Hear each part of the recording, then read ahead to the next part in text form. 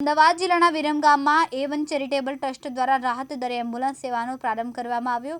આ સેવાનો લાભ વિરમગામ અને આસપાસના વિસ્તારોના જરૂરિયાતમંદ દર્દીઓને મળશે।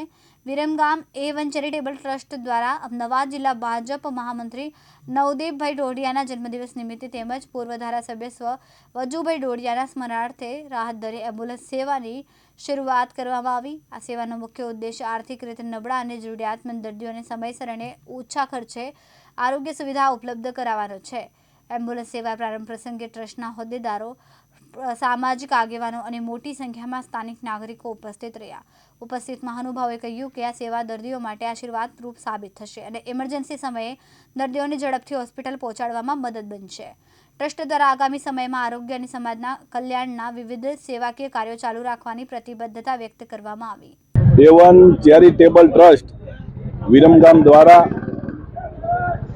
આજે મારા જન્મદિવસે અને મારા સ્વર્ગીય પૂજ્ય પિતાજી વજુભાઈ ડોડિયાના યાદગીરી માટે એમના સ્મરણાર્થે વિરમગામ વિસ્તારમાં A1 ચેરિટેબલ ટ્રસ્ટ જે વિરમગામ ખાતે ખૂબ સેવાના કામો કરે છે, એમાં હરદીપસિંહ હોય, વિજયસિંહ હોય, મહિપતસિંહ હોય અને એમની ટીમ આજે વિરમગામ વિસ્તારમાં એક એમ્બ્યુલન્સની રાહત દરે આજથી એનું સેવાની કામગીરી ચાલુ કરી છે। આમ જોઈએ તો ભગવાન પરમ કૃપાળુ પરમાત્મા ઉપરવાળો કોઈને આ એમ્બ્યુલન્સની જરૂર ના પાડે, પરંતુ અમુક વાર કોઈ એવા સંજોગો થઈ જાય, કોઈ એવી ઘટના બનતી હોય છે, ત્યારે રાહત દરે આ વિસ્તારમાં એમ્બ્યુલન્સની સેવા A1 ચેરિટેબલ ટ્રસ્ટ દ્વારા મારા સ્વર્ગીય પૂજ્ય પિતાજી વજુભાઈ ડોડિયાના યાદગીરીમાં આજે આ એક એમ્બ્યુલન્સ સેવા આ વિસ્તારમાં શરૂ કરવામાં આવી છે।